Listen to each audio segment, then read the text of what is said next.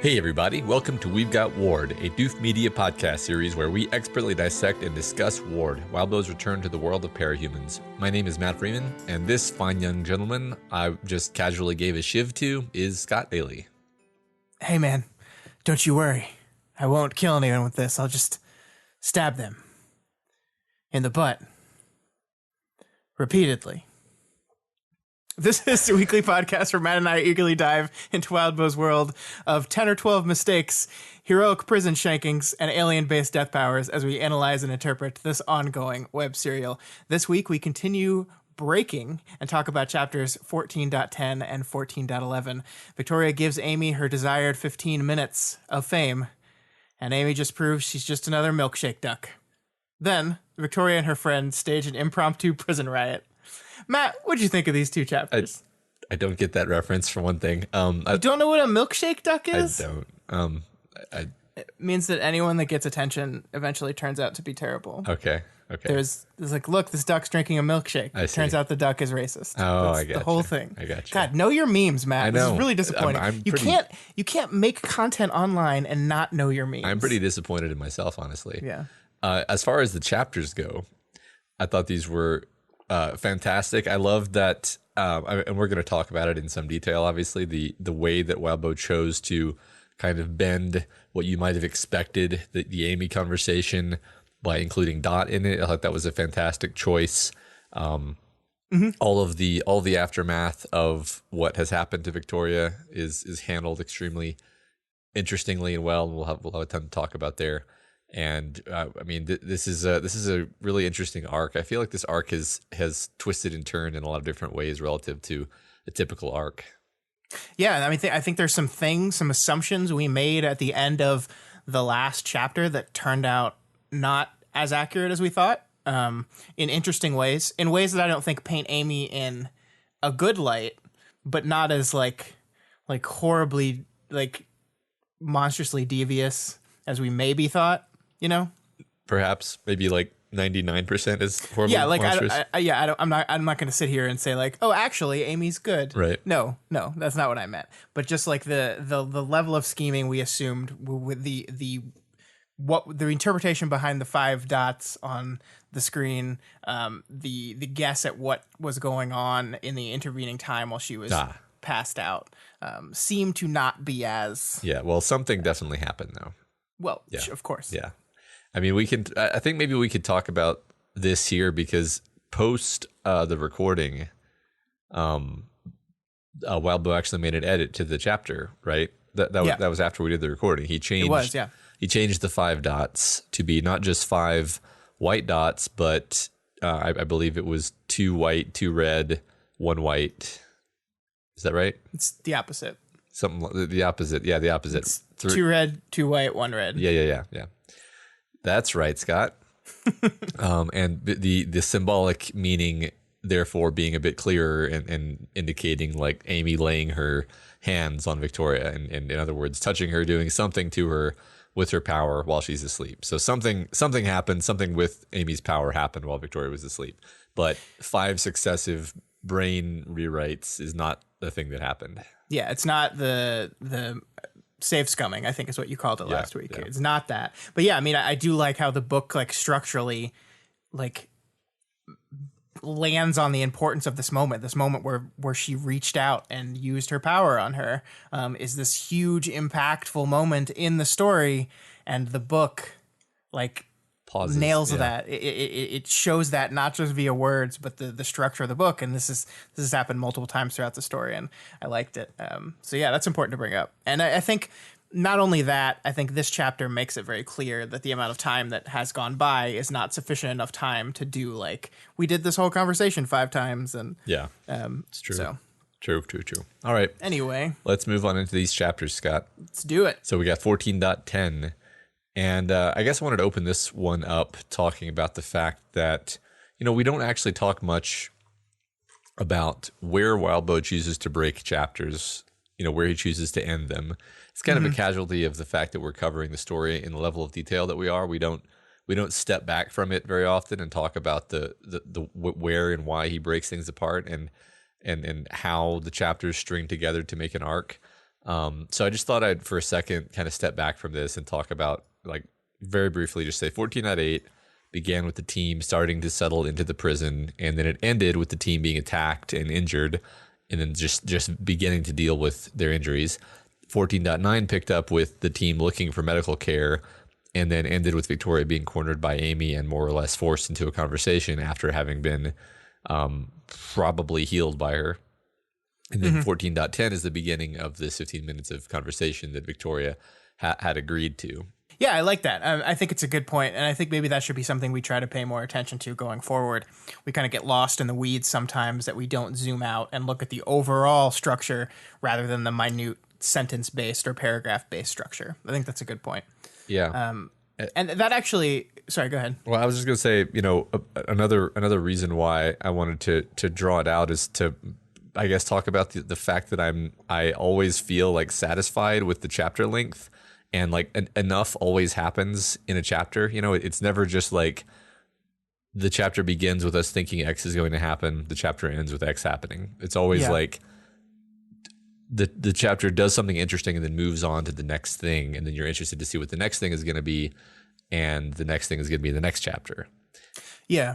So anyway, yeah, it's interesting because, like, I've always wondered about chapter construction in books, Like, when does an author say, okay, here's a moment in which we break and move to a new chapter? And in serials, it's a little bit different, right? Because you're literally deciding, okay, when am I going to be done for today? Right. Like, it's not just when am I going to break and move on to the next chapter. It's when am I going to say, okay, all done. Yeah. And yeah, I mean, I think maybe sometimes there's more pressure in a serialized format because, like, it's not just I'm going to break and go to something new. It's this is all I'm giving them for now. So it matters much more in that than a chapter break might matter in a regularly published novel. Yeah, makes sense. And so I think it is worth thinking about and looking into for sure. Cool. One of the other things that I think is a casualty, since we're talking about casualties of the way we do the show now, something we failed to do last week as we kind of really dove into the weeds and the details of the Amy Victoria conversation is kind of step back and broadly talk about what this means for the story going forward, right? What Amy being willing to do what she did, Amy being the person that still will do that, means for this relationship and this conflict going forward in the story. And I think that's important because I think from the beginning, when I learned that Victoria was the protagonist and it seemed like her main struggle in the story was going to circle around Amy, of course, I thought I had a fairly clear idea of what the story was going to do. Victoria was defined from the drop as this person who struggled with moving on from the past that haunts her, and she's put in this setting in Earth Gimel, and the entire world is struggling to do that same thing. Her road to resolution of conflict lies through Amy, in one way or another, right? Mm-hmm. Yep. And that's a great starting place. And while I never thought it would lead to reconciliation per se, I did think that part of Victoria's growth in this regard was going to maybe be this recognition that perhaps Amy is not that person that she has convinced herself to be, that while what she did was terrible, it was monstrous, that she is not this person that she says to Jessica in the first arc. I think, like, you need someone to watch her because she is one of the greatest threats to this world right now. I think even you and I, when that scene came, we were like, really, Victoria? Mm-hmm. Like, the greatest? Like, we kind of laughed that off, right? And now what's happened is Victoria has basically been proven right about everything to do with Amy. She's basically been proven right. Every fear she had about this interaction and what it would lead to and what would happen is right now. And I think that shifts the story a little bit. It shifts what I thought the story was going to be a little bit. And I think that's really interesting. Yeah.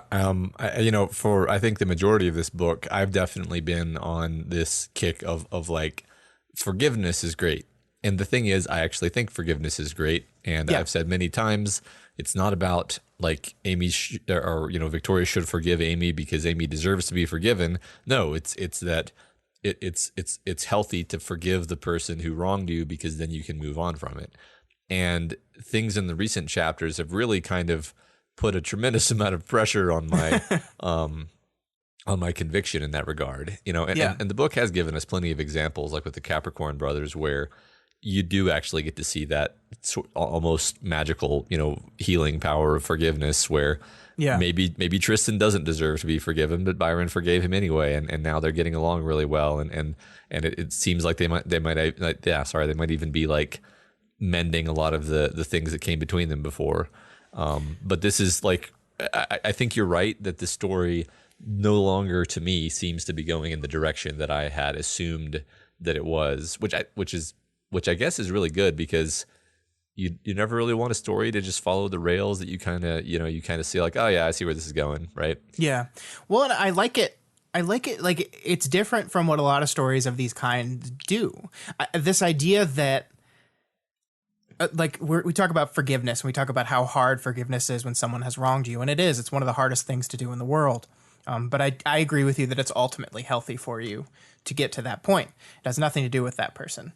But what if the person is just as bad? Like, it's very easy to say, oh, I understand now that she did this horrible thing, but actually I was blowing it out of, not blowing that act out of proportion, but I had created an image of her that actually, look, she is trying to help, and she is being good, and she is trying to get better, and I can't see past that, and that's why I need to forgive her, so I can learn to see past that. What if the story is just, no, actually, she's just as bad as I thought she was. I was 100% right.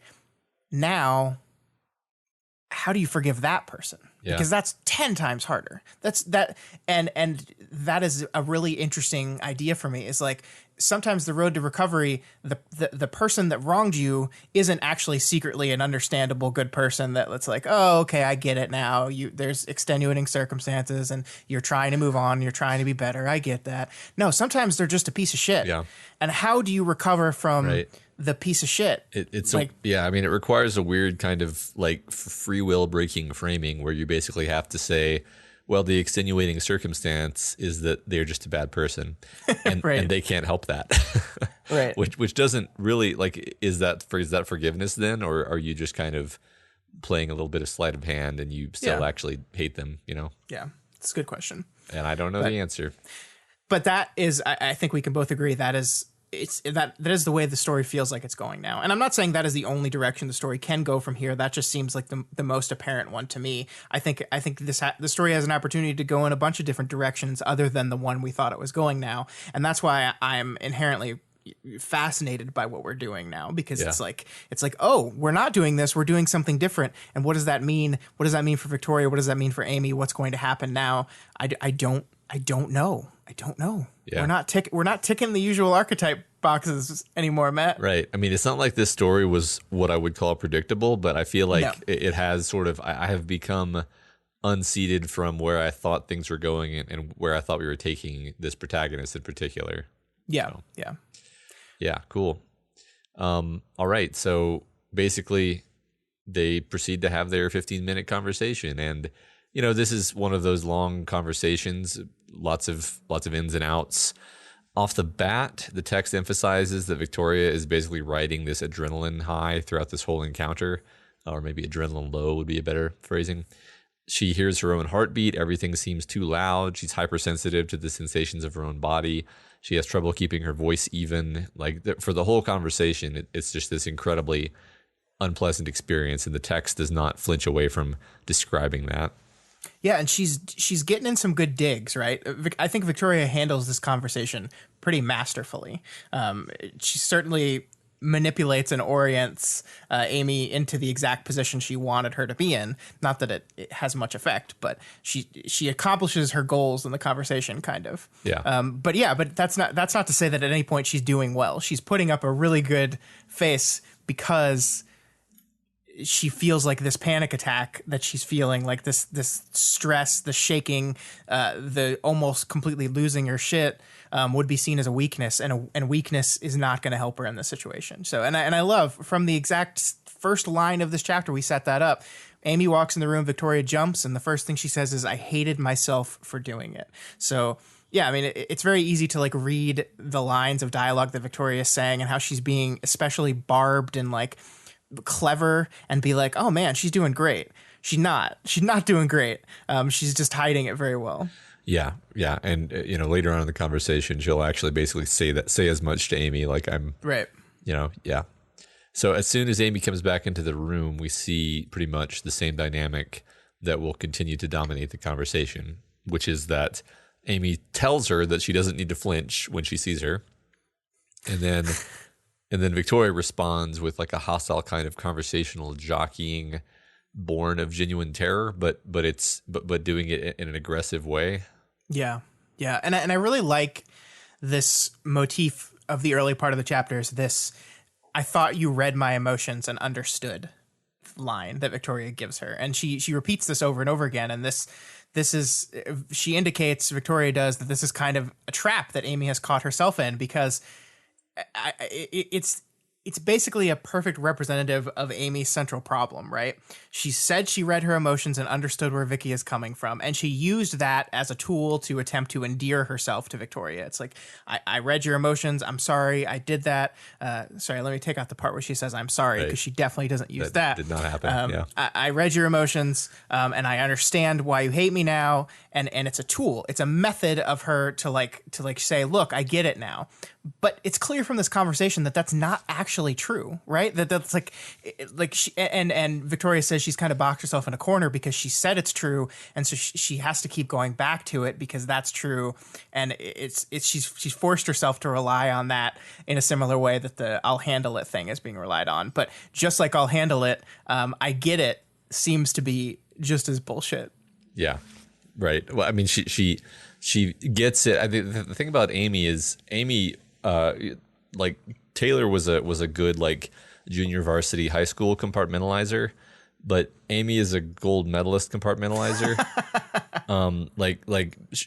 Because I think that when it's convenient for the sake of the conversation for her to understand in what rough shape Vicky is doing, she does, and then she manages to forget it immediately because it's uncomfortable. Yeah, just immediately forgets it and all of its consequences. It's only, yeah, you're right. It's only useful information when it will help serve her goal. And then it becomes not useful information. And instead of just like acknowledging that and being like, oh, I can't use this here, you're right. She just kind of like doesn't remember. Yeah, right. It's not important. Amy. It's not important how you're doing. Right, exactly. It's only important that you, immaterial. Yeah, it's only important that you know that I know how you're doing. Exactly. Just like it's only important for me to save the world if you know about it. Right. So I was struck by, it is minor, I think, but I was struck by this kind of contrast where Victoria hears Amy say, she hears Amy say, Amy says something, and Victoria thinks, I heard our mother in what Amy said, in Amy's comment about communication specifically. And then in the next paragraph, she thinks of Amy as her ex-sister again. Yeah. And I guess it registered with me because it's almost a contradiction, because it's our mother, which admits to that connection being there, but then it's ex-sister. So it's like she's almost trying to like push away the connection she just made. Yeah, I think I'm so glad you pulled this out, because I really like this as well. It kind of shows where Victoria is willing to draw the line at their connection and where she isn't. Carol is such an interesting, complicated member of Victoria's family that like being like, yeah, Carol is definitely Amy's mom, but definitely not my sister. Yeah, that type of difference, and I think it's really great. And this moment here where we're talking about communication, right? I think this is fascinating to me because Victoria basically lays out the rules of the next 15 minutes. I'm either going to be honest with you, and I'm going to be nasty, or I'm going to be civil, and I'm going to lie to you. Mm-hmm. You get to choose, Amy. You choose. And of course, of course, Amy chooses civil and deceptive. Yeah. Right? Because she's convinced that line, with enough communication, we can get past anything. And she, of course, means we as in humanity, but she says that to cover herself. She means the two of them. Yeah. And the thing that I think is so fascinating about this is I think the book generally supports the idea that communication is key to work through something. I think the book agrees with that sentiment. I think Victoria agrees with that sentiment, and because Victoria agrees with that sentiment, the book agrees with it as well. And I think maybe that's why we see the Our Mother there, because that's a thing that Victoria will probably agree with. One of the big goals she had earlier in the book was more communication, communicate more openly with people. It'll help solve our problems. But this isn't communication. Like, Amy has just dictated the terms of the communication, and it's not real. Civility over honesty shows that Amy is not interested in the truth here. She's not interested in Victoria's honest opinion. She just wants her to be nice to her, and then through the magic of them talking back and forth, she'll just be over it, I guess. Which shows that she doesn't care what Victoria has to say. This is not communication. This is, let me explain my side of it, and my side is so convincing that no matter what you have to say, you will get it. Yeah, and I think there's also, it's almost a kind of trap that she's either consciously or unconsciously set, where the conversation ends with her basically saying, I should have known you wouldn't be fair. And I almost read that as Amy did know that this conversation wasn't going to end up in her favor. Yeah. There's no way that, like, I've called her dumb before, but I don't think she's dumb enough to have thought that she was going to explain herself and Victoria was going to say, oh my God, I've been wrong this whole time. Like, it was basically a way for her to, in her own mind, say, look, I explained everything perfectly reasonably, and if Victoria is still mad at me, it's because she's just being unfair. And now I can be mad at her. Yeah, I like that. Halfway through that sentence, I was about to tell you I disagree with you, and then you kind of swooped back around on it. And yeah, I think I agree with that. I think maybe there's a part of her that did think that if I explain myself, she'll get it. But I do agree that there's another part of her that knows fully that was never in the cards, and now she gets to be the victim because Victoria is being the unreasonable one. Right. Yeah. Like she gets to be the victim either way, right? If Victoria refuses to hear her out, Victoria is being unreasonable for not listening. If Victoria hears her out and still thinks she's a monster, then Victoria is being unfair to her. And either way, Amy gets to feel right and understand that it's Victoria who's wrong. Yeah. And I get the feeling like, I don't think that's something she consciously has done. You know, like, I don't see Victoria. Like, I think Amy is kind of a manipulative person, but I don't think she's doing it consciously. Well, no, because this is one of those ego protective automatic things. Like there's no point in doing a maneuver like that if you're aware that you're doing it, because then you would just be like, oh, no, like she's. I mean, I don't know, to get down the rabbit hole of like psychology, but like, I think that this is the kind of thing that you do to protect your own ego. You basically find a story that's acceptable to your ego, and the story that's acceptable to Amy's ego is that Victoria is unreasonable and unfair, and that actually wraps everything up very nicely for her, I think. Yeah, I think you're right. Cool. So after some back and forth that is mostly about Amy trying to manage Victoria's emotions and Victoria pushing back on this, Victoria finally settles her attention on Dot. She then strikes up a dialogue with Dot. And so on a writing level, I think this is brilliant. This is a brilliant narrative choice because it livens up the dynamic between these two sisters, which is by design prone to falling into ruts. That's just where the dynamic is, right? It's a realistic dynamic, but you can only really read so much of this like trench warfare between the two of them before you want to punch the screen. So it's a clever thing. It's a clever thing for Wildbow to do, and it's a clever thing for Victoria to do in story, because like she might also recognize like that Amy is prone to this conversational bob and weave technique, which is anathema to actually like moving the conversation forward or like making any actual points. And Dot is actually guileless, at least in social matters. And so Victoria can make her points to Dot, and then Dot will actually understand them if they're simple, and then she can kind of dodge around Amy's defenses that way. Yeah, it's one of those moments where as I saw it happening, as I was reading, I got giddy because I realized what was happening here and how Dot was being used. And I was just like, oh my God, this is so smart. This is so brilliant. Good job, Victoria. Good job, Wildbow. Yeah. Like, this is great. And Dot is this perfect. You're absolutely right. She's like this she's like very like amoral in a very kind of childish kind of way, right? Like he said, she's immature, she's unworldly. And so like all the bullshit that Amy coats everything she's saying with don't mean anything to Dot. So none of it works. Right. And it's just so effective at tearing down the maze of shit that Victoria has, or that Amy has thrown in front of Victoria during this whole conversation. Yeah. And understandably, Amy gets furious about it eventually. Yeah.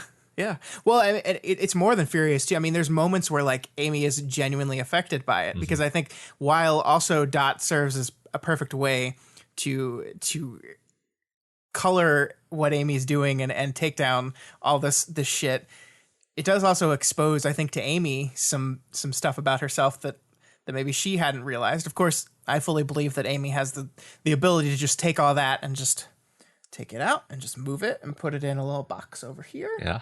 Just gonna throw that in the ocean and just move on. But yeah, I mean, there are moments here where Amy's like, "Oh shit!" Like the way Dot said that, damn. Yeah, it's completely unvarnished, and I can't help but just see it the way this like very neutral sort of observer sees it. Yeah. Yeah. So, hey Scott, Dot is red and gold. That was great. How'd you do that? I just breathed in. Okay. Well, so I mean, this is by far the most detailed description of Dot that we've gotten so far, I think, including her stylish new pinafore dress. Yeah. And I think once again, like this, like from a structural perspective of how you approach the scene as a writer, I think this is brilliant, because when you're looking at this scene, you have three people in here. You have Victoria, you have Amy, you have Dot. And your readers are emotionally connected to Victoria because she's the point of view character. Your readers are pretty disgusted with Amy at this point. And for the most part, we like Dot, right? Like we enjoyed Dot on her interlude. It was a very it was a very fun kind of adventurous interlude, and she's a cute little thing. So we like Dot, right? But Dot is also fiercely loyal to Amy, and we don't like her. Yeah. So we're kind of forced to be like, okay, this is a little confusing. Yeah. So how does a writer take that situation where we have these three characters with this complicated relationship between them, and kind of draw lines amongst them in a way that gets their point across clearly? And the answer to that question, of course, is fashion. And I think this is really brilliant, though, because Victoria points out Dot's amazing outfit and says she's totally pulling it off. And she's not lying. She is actually pulling it off. So there's our connection. There's where we take this character that we like, but we're confused about, and connect them back to Victoria through that fashion. But then Wildbow does something here that I think is even better, because Dot thanks her and then says, Amy made it. So this line that we've drawn between Dot and Victoria, this appreciation of fashion that we know is an important part of Victoria's character, now we've complicated that, because now Amy's the one that made it. Amy's the one that made this beautiful dress that you just complimented. So now it's like, oh crap. Like you don't know how to feel. And I think that's how we get into this moment where you're like, you just don't know how to feel about Dot. You don't know how to feel about Dot's relationship to Victoria, relationship to Amy, about this whole complicated thing. And we use the tool of fashion to get to that emotional action. And I love it. I love it so much. Yeah. Isn't her thought when she realizes Amy made it, it's just the word uncomfortable? Yeah, exactly. Yeah. Which is great, because it's uncomfortable is not really a specific emotion so much as an expression of just like, I don't know what to do with this feeling that I have right now. Yeah. Which is perfect.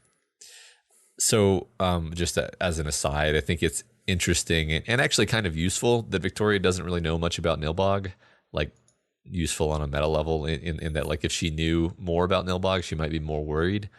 But anyway, her finding out that Dot is a Nilbog creature is not really creating the reaction that we might have expected. Yeah, I mean, I think it also serves to remind us that even for Cape Nerd Extraordinaire Victoria, there's still a limit to what she knows, right? She's very limited by what information is available. And so she just doesn't know about Nilbog. Yeah. Very much. Yeah. So I just wanted to bring out this exchange to talk about. Dot is speaking. Yes, she has so much power. Could do anything she wants if she use it, but she won't. She's still trying to be something she isn't, gentle and human. She needs to be queen instead. It's not that easy, Amy said. You can claim a kingdom. You have power, Dot told her. You're halfway there. We've had this discussion a lot, Amy told me. That doesn't reassure me, I thought. A little voice in Amy's ear saying queen, kingdom, for weeks now. I love this. I just love that this is an element in the story, that Dot is an element in the story, and this little literal shoulder demon. Yeah. But like you said, more amoral than evil, right? Like, yeah, just pushing her to do what makes sense to her, but not because she wants, like, the Dot's own motivations are quite understandable and even easy to empathize with. So yeah, they're just simplistic and like, you can't ascribe her to our concept of morality. Yeah. She's just like this different creature, and it's so good. Like, I love, she's still trying to be something she isn't, gentle and human. Like, Dot basically just said here, Amy, you're not really human. Yeah, come on. Yeah. And like, I think that the great thing is here is we've established then that Dot kind of agrees with Victoria's view of Amy, right? Like, she's basically saying that, like, you're kind of a monster. Yeah. But the difference is Dot is like, you should do that though. Yeah. And again, we've kind of defined this interaction between. So now Victoria and Dot are both coming to Amy from a similar direction. They both see her as the same thing. It's just whether what one wants to do with that and what one wants to celebrate, like, I think that's great. Right. Yeah. I mean, it's stuff like this, my queen says so, but Hunter was gloomy and blah before. She's exciting now. She laughed more after. It's just so wonderfully, like, horror movie creepy and disturbing, like, because it's one of those things where, again, you sort of involuntarily imagine the situation of like, oh my god, what did she do? Mm-hmm. So yeah, and she's kind of like a kid, so, like, while it's definitely disturbing and you're like, oh Jesus, Dot, like, chill out, you can't, like, really be like, oh, I hate her now, right? Yeah. Like, it doesn't read that kind of way. It's just like, she doesn't understand. She's a little Nilbog monster. Yeah. Yeah. She cares about her family, and she likes bright colors, and interesting things. And interesting looking things. Yeah. So Vicky continues to use Dot as a conversational crowbar to make the points that she wants to register with Amy, except she's making them to Dot, this intelligent but unworldly creature, in very simple and basically undeniable terms, depriving Amy of the opportunity to do her bob and weave because even Dot can understand the simplicity of her points. She emphasizes that the real problem here is that Amy is spiraling out. Although she doesn't use those words, she uses words that Dot can relate to, and basically emphasizes that Amy doesn't trust herself and that this is dangerous. What I love about this whole part of the conversation is that while all this is happening, while Victoria is, like, putting this grand plan to call Amy out through Dot is, like, moving around. Uh-huh. She's, like, doing handstands and like bar splits, right, and, like, straddling the bar. And it's like, I mean, again, this really emphasizes the childish nature of her, right? It's like you're trying to sit down and have a very serious conversation with a kid, and they're just so fidgety that they're just walking around doing random stuff, really only half paying attention. Right. It's such an effective device at getting across, like, this central thing that we've been talking about with Dot, like this childish, unworldly type of person that, and again, Amy has refracted so many of the events, bending them around her own perception of who she is and what she has control of and what doesn't. But childish handstand Dot just sees them for what they are. Just like, this is what happened. Like, why would Dot need to distort or shade or change perspective on what happened? It's like, no, this is what happened. Yeah, right. And I think the most, like we hinted to before, the most important moment in all this for me was when Dot mentions what Amy did to Victoria. And she says what you did to you. You sounded beautiful and noble. And that being said to me somehow seemed to slap Amy across the face more than my calling her a cunt earlier. And it kind of slapped me across the face too. And this beautiful line at the end of this where Amy's like, "You're not helping, Dot. Not trying to help. Am saying. I think you thought it beautiful and noble too, or you wouldn't have done it." That's amazing. Yeah. Like that, like just the frank honesty coming from this creature to just like lay Amy's problems bare with nothing to hide behind, nothing there, but just like a childish, simple view on the horrible things that she did. Like, if you didn't want to do that, why'd you do it? Like, I think you must have wanted to do that, right? Or else what? Yeah, it's certainly an interesting take on it, because it's not something that I've really thought about too hard. Like, I just kind of took Amy's statement at face value that, like, oh yeah, I kind of panicked and I was trying to fix the mistake that I'd made, so I just kept making more and more body parts to try to get it right. And then I like got stopped midway through, and then I couldn't finish, and that's how it happened. And like, it's an interesting take to think like Amy kind of wanted it to end up that way somehow, or her power did, which again is kind of the same thing. Yeah, I don't want to go like too far into Dot is literally correct. Yeah, right? I agree. Literally like you wanted it to be this way, but just from like if you're looking at a situation with a kid and you're like, I did this thing, but I didn't want to do it. Yeah. Then the kid's response is, well, you must have. Well, then why'd you do it? Yeah. Like, if you didn't want to do it, why'd you do it? Right. And it's like they just don't understand the nuances and complexities and frankly, bullshit that we sometimes shade our actions with to make them seem understandable. Exactly. And I think that's wonderful. Yeah, I agree. And I hope I'm not the only person who burst out laughing at the following exchange. Victoria speaking, but she did it without asking.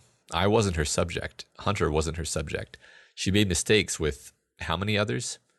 3 or 4, Amy said. 10, 12, Dot said. I was just like, oh my God. I love this. I love this device. Because Amy, and it really emphasizes like when, a few chapters ago, a few episodes ago, when it was just them, Victoria and Amy going back and forth in the greenhouse patio room. Like, Victoria is kind of pointing out like Amy's full of shit here. She's like anchoring on to different phrases and going back to them, and like, but now we have this third party who's literally there to be like just correcting her bullshit in real time, and it's so satisfying and delightful and also disturbing, because you realize like, oh, Amy's been doing this kind of thing all along. It's only now that we have Dot basically stepping to the fore and providing like an objective perspective on things. Yeah. And again, we talked about point of view and how point of view can color experiences, and the lenses with which we view situations can color that. Dot is here confirming that we're not dealing with protagonist or with bias here. We're not dealing with narrator bias, because Dot is laying the stuff out exactly the way we thought it was. Oh yeah, no, I just like just had a couple accents, a couple coloring out the side of the lines, and as soon as I realized it was happening, I stopped. As soon as I did it, I stopped. And then Dot is here to say, well, it's 12. And how does 12 become 3 or 4? Well, it becomes 3 or 4 when you assign arbitrary definitions to what coloring outside the line is. It's like, oh, well, that doesn't count as coloring outside the line because that was blah, blah, blah, blah, blah. I fixed them, and thus they weren't, right. Yeah. Ugh, Amy. So, Dot then relates some of Amy's specific particular fuck-ups to her, how she had to call the Snark for help. And I think it's delightful because Dot clearly enjoys like what she's describing, these horrific Cronenberg things that Amy has made. And it really, Dot's enjoyment of it really helps emphasize how terrible it is, right? Like this kind of giddy, like monstrous, like, yeah, it was great. Yeah. All this, I had so much fun with it. There was a bunch of holes in that person's head, and they were bleeding blood out of all the brain holes. Yeah, it's awful, but it's so well done. Yeah. What I found really interesting about this is we get so much more information on what Amy has been doing. It's not just healing people. It's not just fixing powers. It's not just trying to help those in need. She's taken odd jobs. This old man wanted to be young again. And of course, everything is justified, right?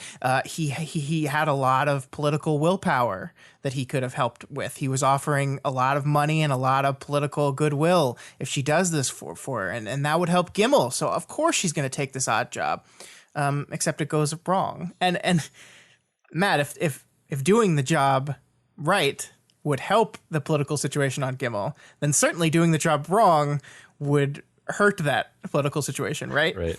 That's kind of the unspoken bit that comes here. Yeah.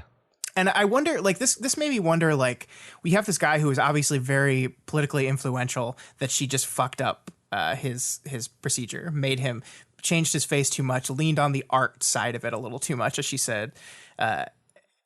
And he's mad at her now. And he's obviously an influential person. So I'm wondering, like, beyond just the basic Kate biases, how much were the political parties in this world already, like, deeply concerned about Amy before all this stuff? And then Gary Nieves, like, exposes this thing publicly, and every one of them jumps on it because they're like, we've actually been really worried about this for now, and here's a perfect reason to execute on it. Yeah, maybe. It would be a neat kind of explanation for why things have evolved the way they have. Yeah, I wouldn't. I guess I'll say I wouldn't be surprised to find out later on that was actually kind of a linchpin of why things unfolded the way they did, or it could just be a relatively minor thing, like she lost them one of the supporters they had, and that was like one more chink in the armor or whatever. Right. So in this moment, Matt, when she's like desperately like trying to fix this guy, like she's trying to fix his ears and like stops paying attention and just starts like making holes in his head to the point where like Dot says like, I had to tell her she was doing it before she noticed. Right. It's like, hey, Queen. Right. And then she needs help. So she calls Chris in, and of course Chris Snark won't help directly, but he will talk her through it. And this is the part that I loved this in particular, because Dot says he sat with and talked her through it. So she was able to fix this guy. Chris calmed her down and talked her through it. And then we said he sat with for the next few too. Mm-hmm. So remember, when Amy was giving her excuses to Victoria, she said, yeah, I colored outside the lines a couple times. The second I recognized it was a problem, I backed off. I stopped doing it. And look, that's me acknowledging there's a problem. That's me acknowledging when I'm losing control. Now we know that there are at least 12 of these people. Now we know that after she punched a bunch of holes in this person's head and needed to call in Chris just to talk her down, she did a few more, not just one, not just two, a few more after that. And it's just like all of Victoria or Amy's excuses just are crumbling down, right? She says she was tired. She hasn't slept. I zoned out. It was like, well, why didn't after that you say, okay, I got to stop. And it seems like the only thing that's happened, the only moment in which Amy finally stopped, if she did at all, was after what happened to Hunter. It took until I definitely maybe did something that was irreversible for her to go, oh shit. Yeah. And yeah, I mean, I think she definitely hasn't stopped because she just did something to Victoria again. So yeah, well, yeah. Yeah, it's darkly funny, I guess, just that to kind of nail her to the wall here and see her squirm. Because she gets madder and madder and more frustrated the more of these kind of the more balloons of deception that Dot pops. She gets angrier and angrier, especially toward the end of the conversation when Victoria admits that she's basically been intentionally wasting their 15 minutes by talking to Dot instead of talking to her. Amy snaps and she's like, "Fuck off, Vicky," which is just a crowning achievement for her.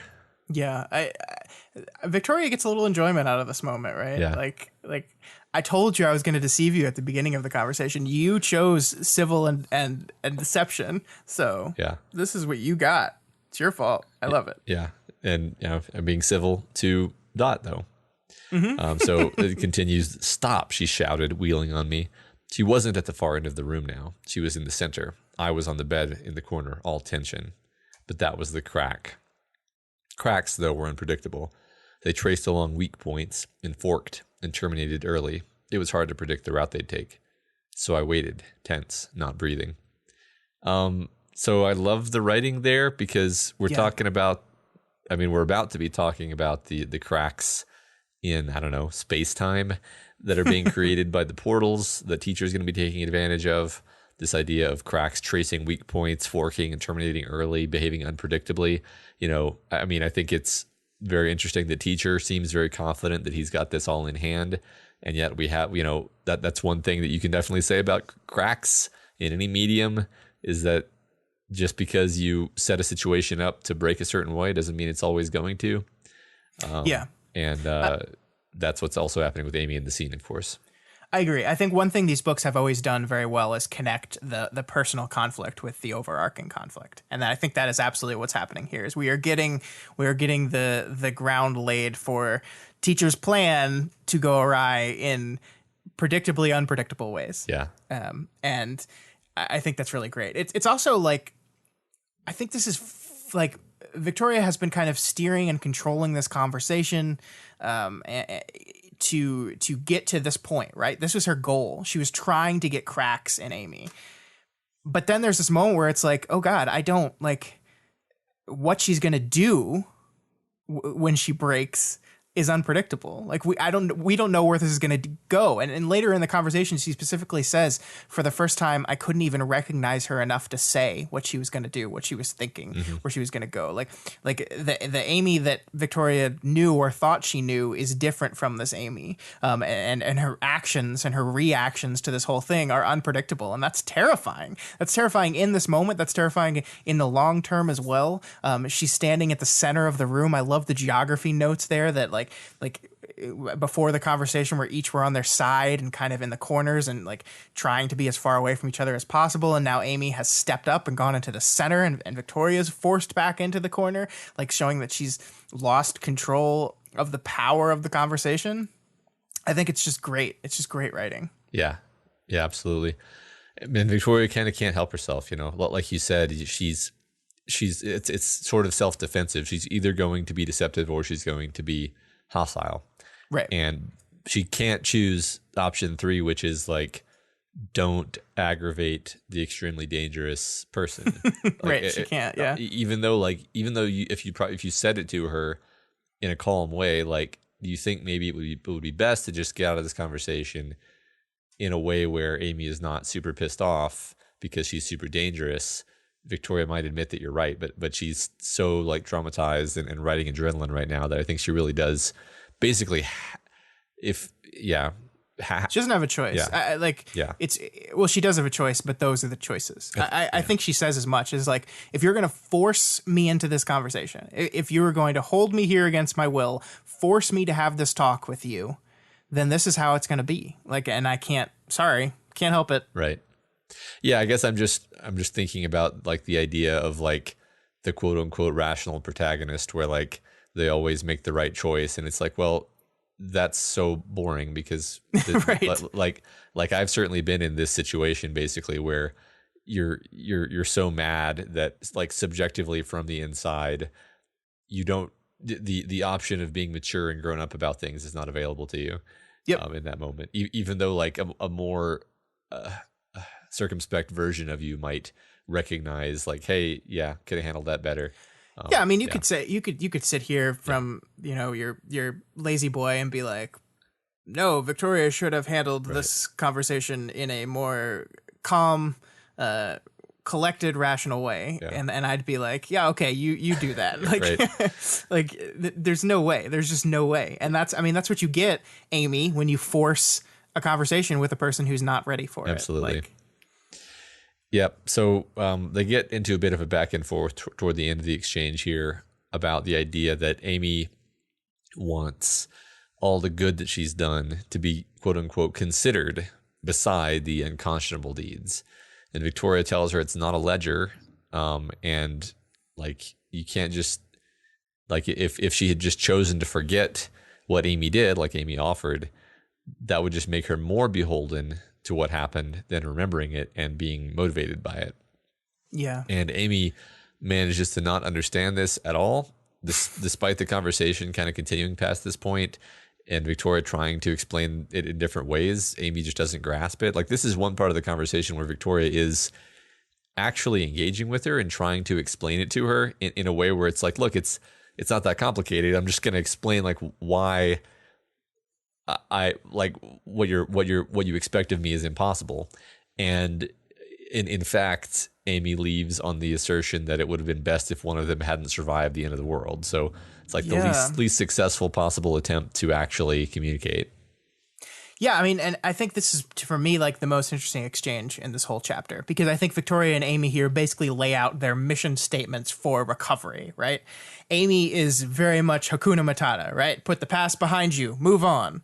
You just get through the bad stuff and you move on, and you're better, and you are. That's not the person Victoria is. Victoria has been established in the book from almost the very beginning. She doesn't believe in forgive and forget. She thinks experiences are the bad shit that happens to you is intrinsically important to who you are. She says Rain will always be an ex-Fallen. Ashley will always be an ex-Slaughterhouse 9. Victoria will always be the wretch. But there's also an unspoken bit here that Victoria will always be Glory Girl, right? She'll always be that person who did those terrible things. Yeah. And she says, and you need to remember and dwell in the ugly shit, because if you don't, you just end up right back in it. How do you change if you don't tackle it head on? And I think the book kind of, like, obviously very clearly favors Victoria's strategy of these two, right? Like Amy's Hakuna Matata strategy, not working. She's not changing. She's not growing. She's not getting better. So clearly not the way to go. And I think you could probably sit here and be like, oh, I wonder if Dr. Darnall would like hear Victoria say, you have to dwell in the ugly shit. It's the only way to move past it. And go like, ugh, I don't know about that. but I mean, laying out these two strategies, I think Victoria's is the one that the book clearly supports. And I think it's supported by the fact that Victoria has made progress, has changed over the course of the story. She's was doing better. Yeah. You know, and I want to be very careful with my statements that don't make Amy seem bad. But it's actually kind of understandable why she would think that her strategy works, because she went away for a couple of years, right? Mm-hmm. And by her own account, like, things were kind of better for her, or at least like became more stable for her when she was in the birdcage. And if you are her and you're prone to reading things in a certain way, then you would say like, yeah, like I just needed to get away from all these things and put them behind me. I put everything behind me, and then I was better. And now I get back, and now, you know, Victoria's back in my life and everything gets worse again. It's Victoria's fault. When I think more the reality of what happened is she ran away from all the things that were wrong in her life. Mm-hmm. They stayed exactly as they were, still wrong and fucky. And they were right there waiting when she came back, because she hadn't dealt with them at all. And so it's a matter of moving the blame from, oh, Victoria's back in my life, fucking everything up, to seems like I haven't sorted out my shit, and I should probably address that. And the running away was just a stalling tactic. Yeah, but I completely agree with that. But she doesn't see it that way, obviously. You got to go back to Pride Rock, Simba. That's right. I just compared Amy to Simba. That's bad. It's never mind. But I think this part at the end is really fascinating to me. That moment is like, I think it would have been better had one of us not survived, right? And that is, to me, Amy resigned to no recovery, right? Like, Amy is basically here declaring, like, as long as you exist, or I exist, I will never be okay. I will never get better. I will never I will never get over my stuff. I will never feel like I've got a handle on my life. I will never not like, and that's a rejection of change, of wanting to get better, of wanting to do anything. Like this idea of it's mutually exclusive. Like we can't both exist in a world in which we get better. That's Amy just declaring that, right? And it's a disturbing place to leave the conversation, because who knows what she's going to do next, right? Yeah, this conversation leaves no one feeling better. No. So after Amy leaves, we should talk before we move on from that. I think we should at least mention the fact that at the very, very end of the conversation, Victoria is like, "Hey, you agreed to do all these things for me if I talked to you," and Amy's just like, "Nah, yeah, I'm not gonna do that. Sorry." Right. Later. Yeah, right. Because Victoria is being unfair. Mm-hmm. Yeah, of course. Yeah. Not at all surprised. Nope. Yep. So after Amy leaves, Victoria is then manhandled back to her team, and she immediately asks for Sveta. Tristan and Vista see how, completely out of sorts she is, but the only answer that she'll really give them as to what happened is Master Stranger protocols. And I mean, the fact is she doesn't really know what Amy did, if anything. So she can't really tell them. But I think it's a good, it's a wise sort of proactive step. And also before the chapter ends, we learn that apparently the wardens went ahead with their attack on Teacher, and probably failed pretty horribly. Yeah, they need more people for the second wave because the first wave has not reported in, which is always good news. Yeah, that was a horror moment for me where I was like, oh God, no, don't send a second wave, Jesus, no. That's just Yeah. I do think that the roughest and most powerfully written part of the book, or this chapter at least, is the events after Victoria has left the conversation. Like, you're right. Like, throughout all of it, she had been pretty clever. She had been manipulative in the ways in which she was trying to get Amy to the place where she could expose those cracks.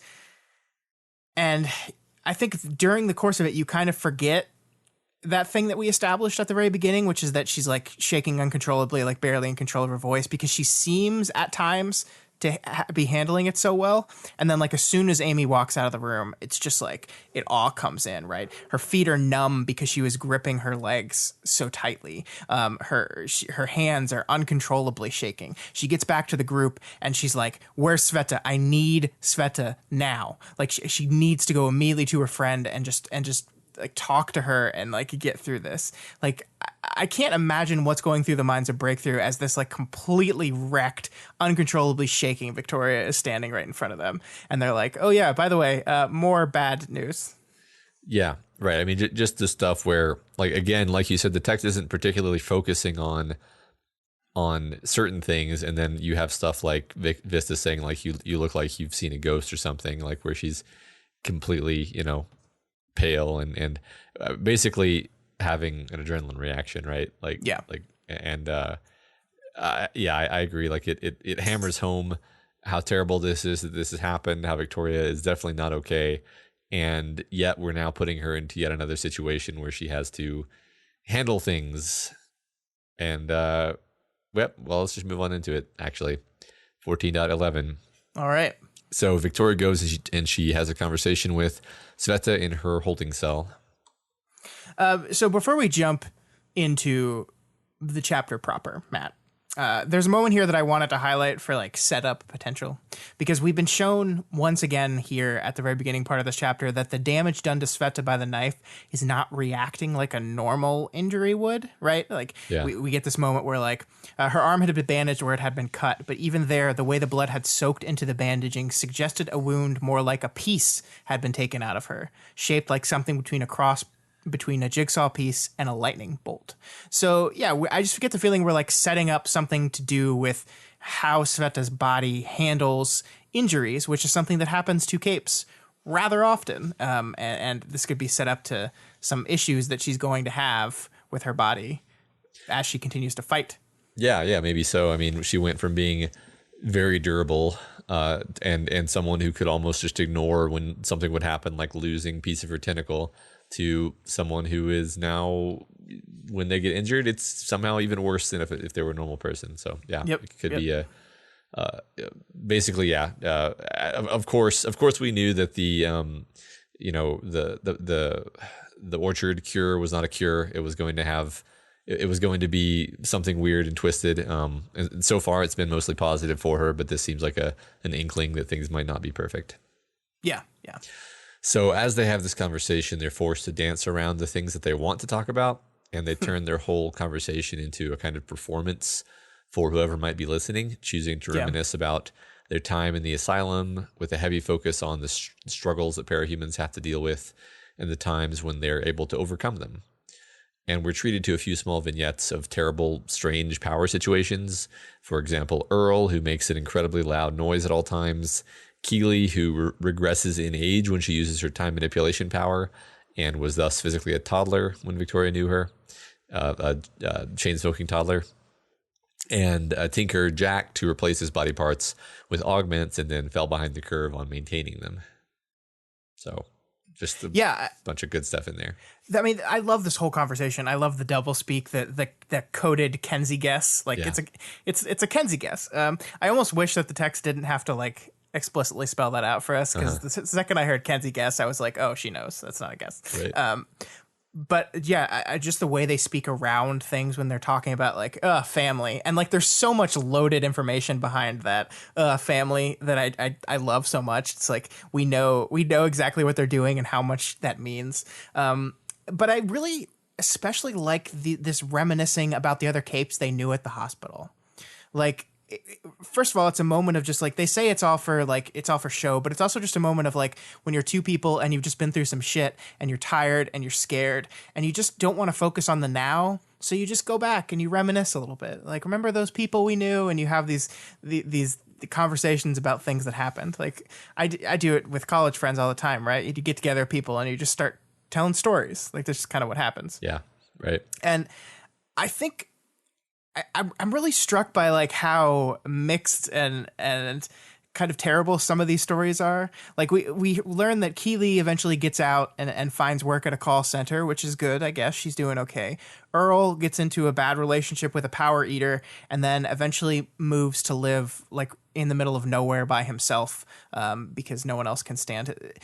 Does he hear the noise that he emits too? Because damn. I would guess not, just because normally the powers protect the user. But I do wonder if he can hear. I mean, I'm just going to guess that the way powers work, it would be like Gru's power, where he can actually hear everything fine, but no one else can. Yeah, I think you're probably right. Jacked, on the other hand, the Tinker you were talking about, dies. Like he can't catch up to he can never catch up to everything he replaced with his Tinker Tech, and eventually passes away. And this got me thinking about this idea of recovery that we've been talking about throughout this whole book. And I'm sure Victoria and Sveta would love to look at their time in the hospital and see that everyone that has graduated is getting better, is finding permanent solutions to their problems, that permanent solution thing that Victoria's kind of latched onto here, and living a happy, normal life, right? I'm sure that it would be wonderful if we could really relay that information to each other while we're reminiscing. But that's not in the cards. And it makes me think about that idea of recovery. Like it is very much, this book is very much talking about how one gets to a place where one gets better. And I think through scenes like this, through characters like Amy, we see that even though this is what this book is about, it doesn't mean recovery is a given, right? It doesn't mean even if you do the right things, even if you try as hard as you can and are working towards it, it doesn't mean you're going to cross that finish line. Like sometimes things just don't work out, right? And it's depressing, but like sometimes the solution is just to move into the middle of nowhere, and that's your permanent solution. And I'm very interested in that as like an idea in this book that the potential that some of our members of Breakthrough could never get to that place that they're wanting to get to. Mm-hmm. Yeah, well, and also I think that we've also talked about the idea that the place that they want to get to is literally impossible. Like, you know, talking about Sveta wanting to be that girl in the painting. It's like, well, you're definitely not going to be able to regress back in time and become the person who you lost. You're not going to get back the past that you lost. You don't get to go back in time and start over, you know, and go back to your last save and redo everything. You're stuck with with your situation now. So like, I mean, I think the Earl example, the noisemaker cape, is a really rewarding one to just think about, because his power is one where if he's someone who likes living in the woods by himself, that could be fine, right? Like, but most people aren't actually. Most people aren't okay with that kind of life. And I mean, it would make especially them lonely. Especially like if you assume his power is generated from some sort of trauma, and it's gonna fuck him over in a specific way, right? Like he could, like, I want everyone to hear me, right? and as Shard goes, okay, yeah, perfect. Yeah. It's in which case being resigned to live in the middle of the woods by yourself would be not a great outcome. Yeah. I thought it was interesting that like Sveta's response to hearing that is kind of like, good for him. And I'm like, yeah, maybe. Like, I mean, he's found a way to exist, right? Like he's found a way to live. It's not ideal. And maybe that's the end. Like maybe that's what recovery is at the end of the day, right? It's finding a way to live. And it's not gonna be the ideal. You're not gonna get all the neat permanent solutions that Victoria wants.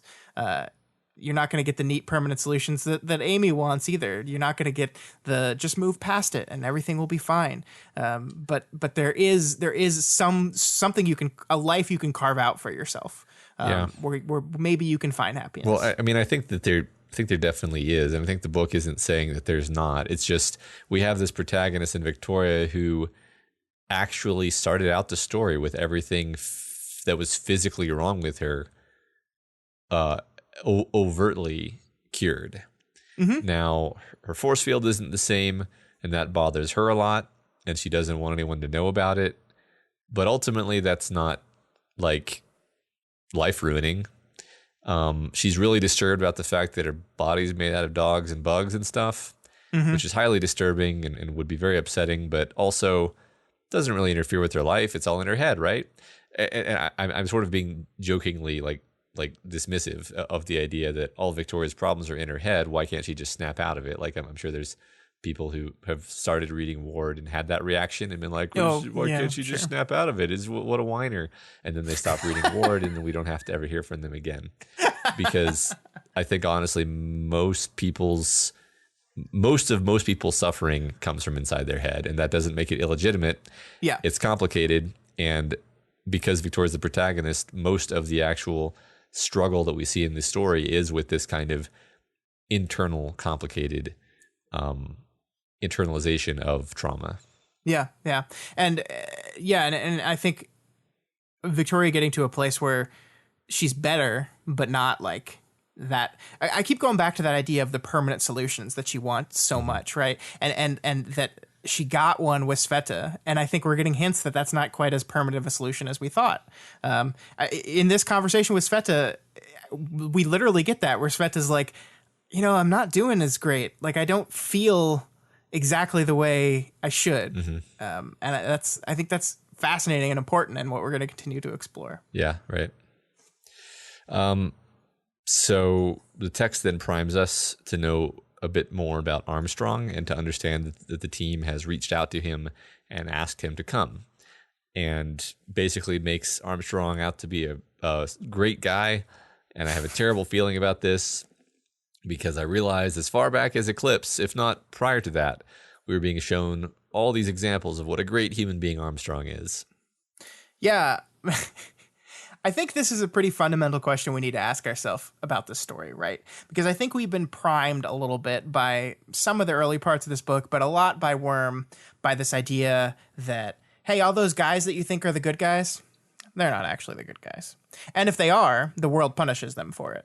And we're kind of set up to have that feeling. So then we see someone like Armstrong here, and we're like, oh, he's either going to be a monster, actually, or he's just going to be brutally killed, or worse.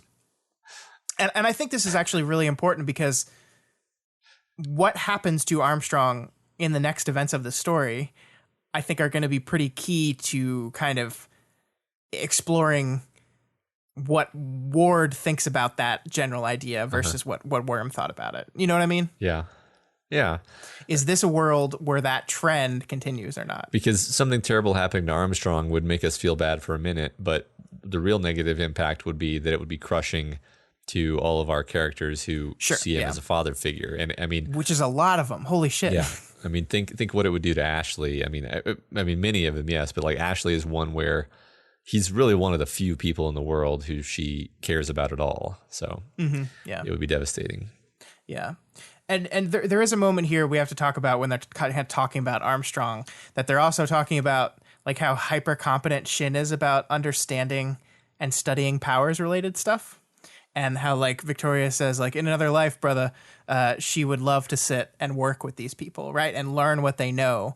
And there's like, oh yeah, I mean, yeah, they like tried to kill us and hurt us and manipulate us and use us to score political points, but they know cape things, and I want to know all the cape things. Yeah, it's on point, on brand for her. Yeah. So there's a nice moment where Sveta shows a huge degree of maturity about Weld, acknowledging that they were both inexperienced in matters of the heart and that she still admires him. I thought this was a nice moment. Yeah, I don't mean to diminish this. I think this is a really nice moment, and Sveta's maturity here is great, and it's badass. But I wonder how much getting a body was like made that mature realization come to fruition. You know, like she's gotten the one thing she really wanted most, and then with this new perspective of like, I've gotten this thing. Look who I am now. She's able to look back on that relationship in a little bit of a different lens than if she were still the squid. Yeah, I mean, I think that there was a huge amount of hopelessness that she had. Like, he was kind of the one good thing she had going for her in her own mind, at least, and she lost that, and then she's like, well, I'm a squid. Nobody loves me. They specifically don't love me because I'm a squid, and everything sucks. And now, yeah, she's had this great thing happen to her, and it forces a kind of perspective, I think. Yeah. And also, I think she was never like, how to phrase this? She was never in the full like train wreck breakup mode that you would see from like some other character. You know, like she was really upset. Yeah, or me. Yes, let's be honest, Scott. Like she was very sad about it. She felt a lot of loss. She even felt some betrayal, but it was like contained. You know, she was still functional. She was still able to go on missions. Yeah, and so I'm not surprised actually to see that she has come around to like a very mature kind of position on things. Yeah, and I mean, acknowledging that even the pain that you feel in a breakup is important. Yeah. To growing and learning and becoming a better, more well-rounded person. Yeah. So yeah, that is like I said, I don't want to take away any of that from her, because that is absolutely earned and amazing and powerful, and I really like it. But it just jumped out at me. That's like, well, yeah, I mean, you got exactly what you wanted, so it's good. Yeah, no, that's interesting to think about. You're right. There is this part where they're talking about dating one day, and Sveta says she would absolutely date one day in the future. Victoria herself stays silent on that whole thing. Like, there's no like, yeah, me too. Right. Which makes me sad again, because remember at the start of this arc, there was a little there was bit a glimmer, of hope. Just a little bit, a little wink of navel. But Sveta says in this moment that she might want to date a Case 53, and she's still kind of wrestling with what that means. And I love that idea. Is like, am I just projecting my desire to belong on the Case 53s? Like, I've wanted to belong to this group so far that my attraction to them is just me projecting, or is it something else? And I love that like, that's such a realistic kind of central confusion. It's like, no, maybe that's just the type of people you're attracted to, and it doesn't have to be more than that. But in the back of your mind, you're like, well, maybe it is more than that. And I really like the detail of that to go into this idea that's like, hey, I think I just might like want to date Case 53s. Like, I wanted a body so bad. I didn't want to be one so bad, and now I'm quote unquote not. But I like them. I think that's wonderfully complicated. Absolutely, yeah. It's one of these examples of like the overt outward manifestation is cured, but all of her all of her twisted up feelings related to Case 53s are exactly the same as they were. Yeah. And she does say that almost literally because like she's so mad that she's just finally got a body and she's in a place where people see her as a monster anyway. Yeah. And Victoria's like, you know, you're not really a monster, right? And she's like, I know, but I don't feel that yet. My feelings are taking a while to catch up with things. Yeah. And I like that because that's our first little bit of information about how Sveta is doing emotionally post-surgery, right? She's got her body. She seems very happy. We see this wonderful, like her working out and being so thrilled that she gets to work out. And she's dealing with the weld situation maturely and everything's good, but she is cracking just like everyone else. She has this was not a light switch. Your problems are solved type of situation, and we're starting to see that. Yeah, I think that's cool. That's realistic, right? Like it's realistic. Anytime someone does, some physical intervention on their body, like I mean, in the very same chapter where Sveta got her cure, we had the woman who like did the compulsive self modification to her body by stealing other people's faces or whatever it was. I don't remember the detail, but it was clearly supposed to be like you fix your appearance and it doesn't actually change who you are on the inside. But yeah, it seems like she's recovering in a healthy way, other than this injury, which is alarming. Yeah. So yes, Victoria also tells Sveta, M&S protocol is active, and then she plays it off as being a kind of in-joke between them. So now she's gone out of her way to make sure that everybody on the team is aware that she's compromised. But nobody on the team really knows how. And I think it's interesting because the team doesn't really act on this information beyond, I guess, the fact that Ashley kind of takes over calling the shots. They still kind of involve her in all of their plans. They still bring her along on the little mission. I'm I guess just registered with me that their response to that wasn't really I guess they're not listening to her orders anymore, but other than that, they're still including her just as they usually would. Yeah, I mean, first of all, the Mark and Aunt Sarah protocol is very serious, and I'm really upset that you said it was a joke, because that's what it's called now. It's called Mark and Aunt Sarah. That's what it is. Yeah. But I do get what you mean here, because I mean, like, Victoria basically says to them, I could be compromised. I'm not sure. I could be. You guys got to deal with that. And they don't really. I mean, I think you're right that Ashley takes control, but to me, Ashley's taking control of the situation is more related to who it is that's in danger and less related to Victoria said Master Stranger protocols. I think because it's Armstrong. Yeah. And she obviously cares very, very deeply about Armstrong, and he's in danger, and so she's going to do whatever she needs to do to make sure he's safe. Yeah, yeah. I mean, I guess the fact that when Ashley's like, look, we're going to go talk to those thugs and we're going to give them knives, and Victoria doesn't object, she's sort of intentionally letting herself take a backseat role. Yeah. I feel like normally Victoria would. Well, she does. I mean, she still brings Victoria to that, though. Yeah. And then later when they're like, okay, which one of us are going to go out?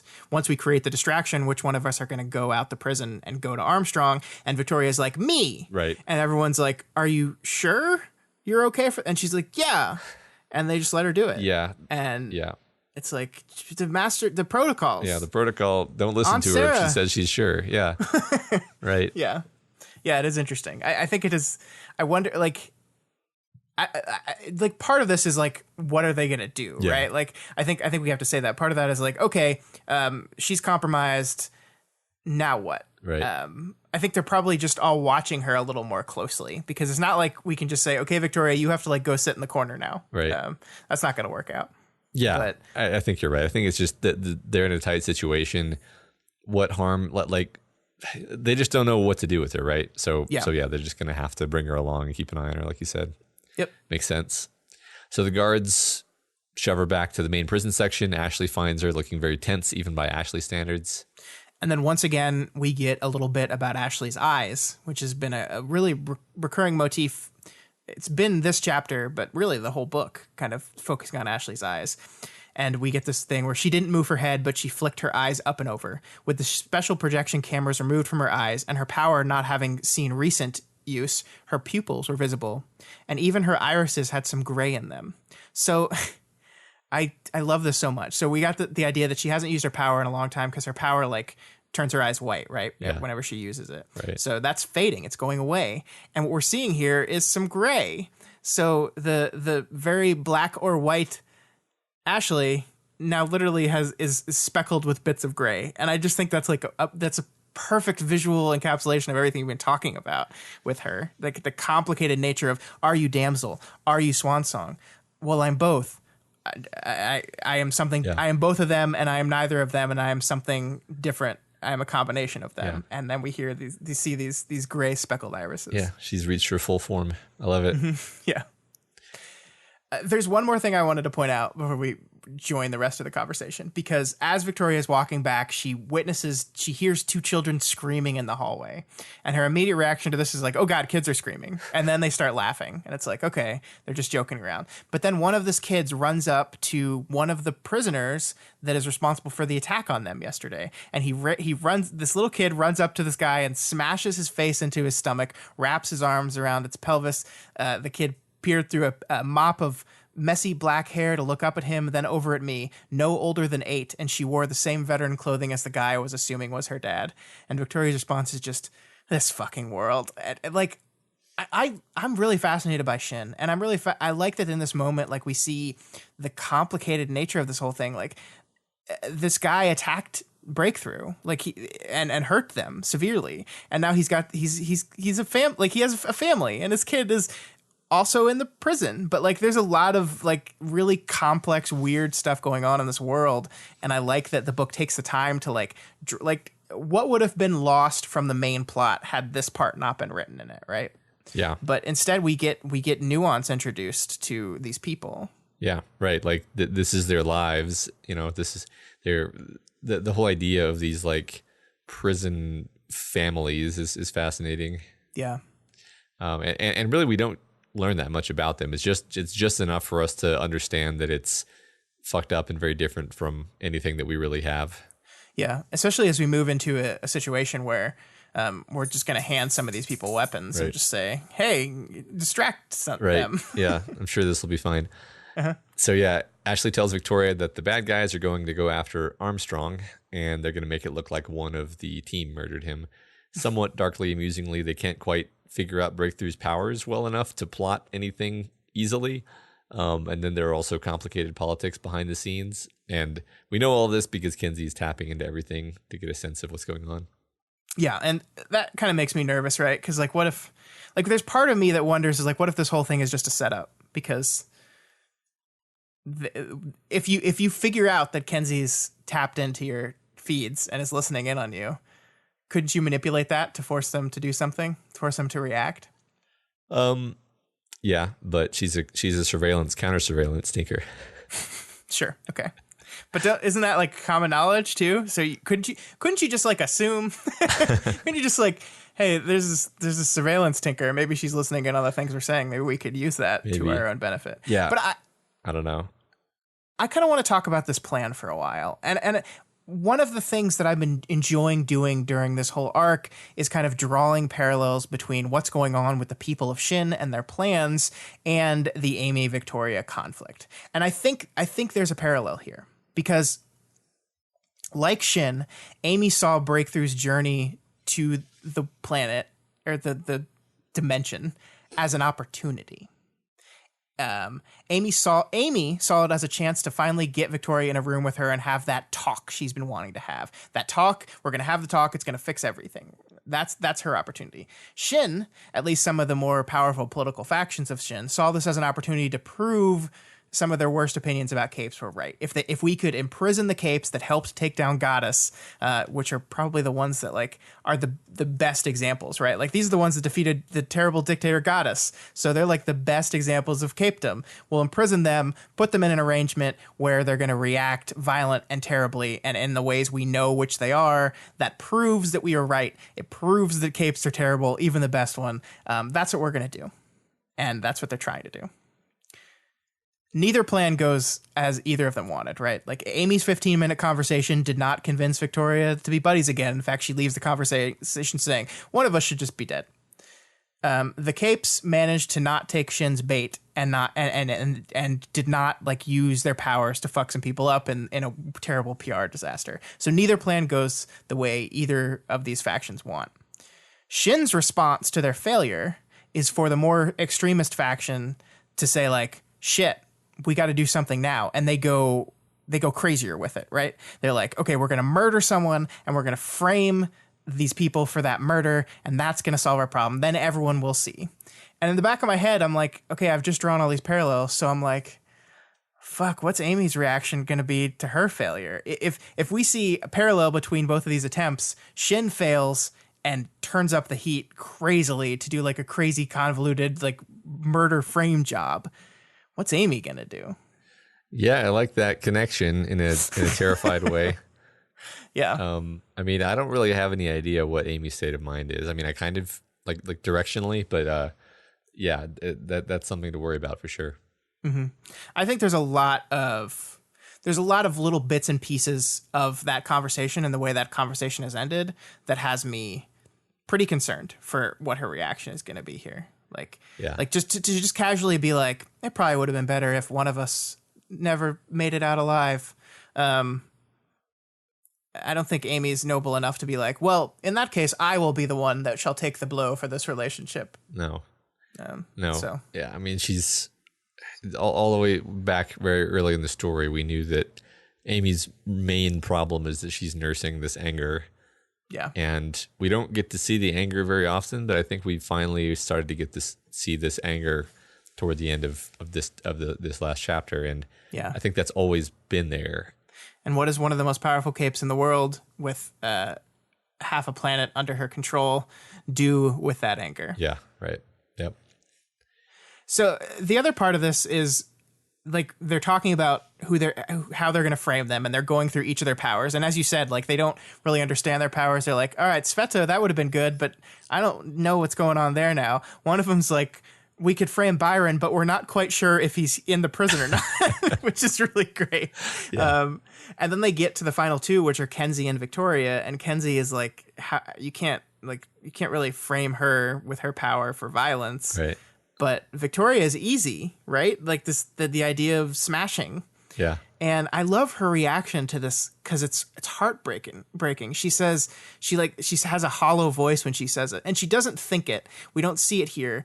But you got to know she's thinking of Carol in that moment, right? It's like they're looking exactly. The reason why they're like this is like, oh, look at what she did to Carol. That'd be perfect. We could easily fake just smashing someone and then say, yeah, that was that crazy Cape Victoria doing it again. Yeah, trying to connect it to the PR disaster where, like the same thing that Nieves was doing, where he brings up what she did to Carol, but without any context that explains it. Yeah, yeah. Speaking of Carol, there is this moment in this chapter where Victoria shifts back to planning and strategizing, right? Where like they're drawing the map and they're planning their thing, and she's in her element again. She's comfortable. She's like, okay, yeah, this reminds me of when I was in New Wave. It reminds me of working with my parents. And then she's like, oh yeah, those guys. Right. When she's like, which reminded me that my mom had signaled a need for help. I interpreted it to mean that she needed a way out of Shin. I think that's important because Wildbow is kind of reminding us that, hey, her parents are still here. They're still with Amy, and any escape from this planet, I keep saying planet, any escape from this dimension should probably include a way to get them out of there too. Yeah, I mean, it causes one to imagine a kind of scenario where it's like, all right, Breakthrough, time for you to leave, and then and it's like, well, I need to take my parents, and then they're like, oh, do you? Why? Yeah, why do you need to? Yeah, So I also like part of me when I read, especially when I read it again, really like twitched over I interpret it to mean that she needed a way off of Shin, which like I don't even know if this was intentional, but introduces doubt in the fact that Victoria's interpretation of what her mom was trying to convey to her is not 100% confirmed to be accurate, right? Like this thing popped in my head, and I was like, oh, Carol was just like, no, Amy just had a cold. I just needed you to help get some medicine. What are you talking about? She's fine. She's great. Yeah. It's like, no, Carol, no. Yeah. I don't know if it's going to be that specifically, but that did pop into my head. Yeah. I mean, I don't think Wildbow normally throws that specific kind of twist at us, but no, yeah. not like a specific wordplay type Yeah. of. Yeah, I don't think Yeah. so. I think Carol has seen the light. It really does make me wonder about that moment where they're walking to the prison and Mark is still defending Amy a little bit. Yeah. Like, or I think we called it out then. We were like, man, Carol seems to have understood what's going on here, but Mark still hasn't caught on. And I find that really interesting. Yeah. I was almost wondering in that scene if Mark wasn't just playing ball, like, Yeah, that's true. Yeah, that because could be. Carol's also not overtly calling out how bad off Amy is, in front of Amy. Sure. So. But it's not like someone like asked him what he thinks of Amy. Like, Yeah, that's true. another way to play ball there is to just not say anything. You're right. Yeah, I think you're probably right. Yeah. I don't know. I wonder. Yeah. I think we'll see more of this. I suspect though. we'll find out. Yeah. Yeah. So Ashley is obviously being pushed to extremis by the threat to Armstrong, and she's the one who spearheads this plan to orchestrate some good old-fashioned prison shanking. Yeah, and I love how quickly this has ramped up, right? Because, like, they bring out the knife, and Victoria's like, wait, that's really extreme. And then she goes to Vista and Golem and is like, hey, help me out here. Like, this is, like, that's too extreme, right? And they're like, nah, we really like Armstrong, too. Yeah. I think this is, like, every one of these characters has a pretty strong emotional connection to Armstrong. I like it especially for Amy, who... like we had earlier in the chapter say that she was the one that suggested that he come for Sveta, and then it's implied as like maybe like it was also for herself a little, but she would never admit that. Right. And so not only is she concerned for him, but she was the one that suggested, so there's some guilt there. Like, I am the one that put him in danger. I'm the one that suggests he come, and now he's in danger. So I have responsibility for this. Yeah. Yeah. That hit me in the feels actually. This very distressed damsel. Yeah. I have to pull this out. It's the most comic relief and also kind of poignant moment. Rain, you come, Ashley said. Her expression was a dark glower. She looked over our group. Victoria. Why us specifically? I asked. Because you two look the meanest next to me. Wow, I said. I know I haven't washed my hair with actual conditioner or shampoo, but it's just great. It's just great because like she's in horrible shape right now, horribly like reeling and shaking and whatever else, and still has the consciousness of her appearance to be like, oh my God, really? I know my hair doesn't have enough volume right now, but geez. Rain gets picked in this too, which is pretty cool. Yeah. Like, I think Rain is more mean than Tristan. Surprising. I think. Well, my mental impression of Tristan is that he just looks more like a Boy Scout, even though he might be like bigger. Like that's what's interesting is like Theo and Rain. Theo and Tristan are both bigger, I think, but Rain kind of strikes me as like a scrappy guy with like a kind of unkept hair and little random nicks and stuff to the cartilage of his ears and whatever that might be. I don't know. I see what you mean. I like that. Yeah, I'm fully on team badass Rain. So yeah, Breakthrough's roughest looking droogies negotiate with some pillars of the local community in a delightful exchange. They give them the Capricorn made knives, which can easily be disposed of by Capricorn. Breakthrough then promises them some visas to come to Gemmel, which they are absolutely not in any position to offer at all. Right? This whole thing is kind of nuts. And they're like, we want 10. It's like, we probably can't get you 10. We can get you 5 though. It's like, can you? Right. I mean, what they could probably talk to Citrine and be like, look, Citrine, we had to make a deal to get out of there. We would like to be able to get 5 people out. And then Citrine would probably say yes, unless there's like all out war that's about to happen. Right. But yeah, definitely making promises that they can't cash out. Yeah, but I mean, this whole thing is like, okay, we're going to give you all these knives. Don't kill anyone. And if you do hurt people, only do it to the people who deserve it.